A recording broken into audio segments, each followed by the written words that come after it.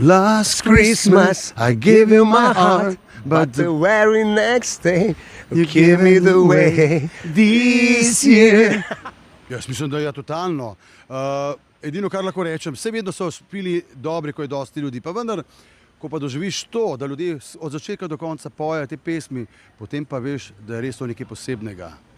In jaz sem rekel tako, koga ni bilo tam, mu je lahko žal. Ne pride v Maribor. Ampak definitivno bom rekel, vsake take zadeve, se bom rekel, ogromno teh stvari medel tudi delava drugače, ampak tukaj je mogoče malo drugačna organizacija, malo drugačen, bom rekel, kompletno res in light in muskonter in vse skrb to. Mislim, da tu se splača za slovensko muziko in nekako bomo še naprej delali to, tudi posamezno ti in jaz.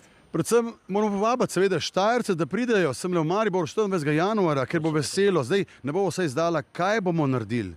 Ali bomo razbili dvorano, ali se bomo mi kaj polomili, ne vemo, ampak mi bomo tukaj, ker bo veselo. Točno tako.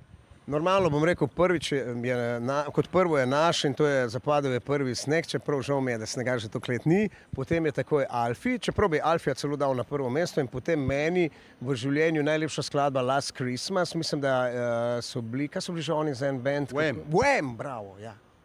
Kaj pa ti? Ja, lej, Wham. To je pesem, ki vedno nakaže Božič je tukaj. Potem drugo, kar je jasno, bi se zdaj bo izpadlo tako malo bolj čudno, kako da ne podpiram slovenske muzike. Ja, božično bi rekel tako, ampak ok, pa rečemo Mariah Carey. Bravo, ja. In potem, kar je pa meni zelo všeč, Jon Bon Jovi ima nov božični komad. In je tako dobro, ker je tako za nič, tako pocen, ampak tako dobro, da ti seže do srca. 24. ne pozabiti, noro. Dragi Štajerci, se nas poznate.